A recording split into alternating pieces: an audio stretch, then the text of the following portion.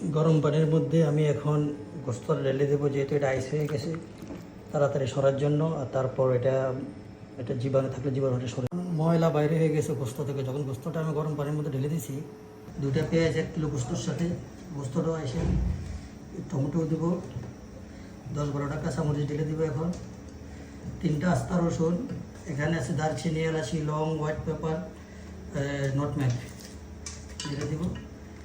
এখন আমি সিক্রেট মশলাটা দিয়ে দেবো, এটা বলা যাবে না। এখানে 22 আইটেমের মশলা আছে, সাথে আমি মাস্টার্ড অয়েল ইউজ করবো, দিব পরে লাগলে আবার দিব আমি।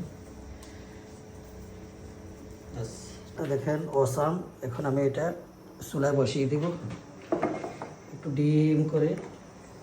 তো পুরোপুরি অয়েলটা উপরে উঠে গেছে, পেঁয়াজগুলো গলে গেছে, রসুনগুলো গলে গেছে, ম্যারিনেট হয়ে গেছে একেবারে। এখন অয়েলগুলো উপরে উঠে গেছে, আমি এখন একটু পানি অ্যাড করে নেব এটার সাথে। আমি ডিম করে বসায় রাখবো 3 ঘন্টা পর। এটা বউ, ও বউ, বউ বউ, ও বউ, গোস্তর কালারটা দেখো না বউ, দেখছো নি আমি কত সুন্দর করে রান্না বান্না করে শিখে বিদেশে এসে। তোমারে আমি খুব সুন্দর রান্না করে খাওয়াবো, তোমার খুব সুন্দর করে রান্না করে খাওয়াবো। দেশে আসলে তুমি কোনো চিন্তা করো না, তুমি খালি খাটের উপরে বসে বসে থাকবা।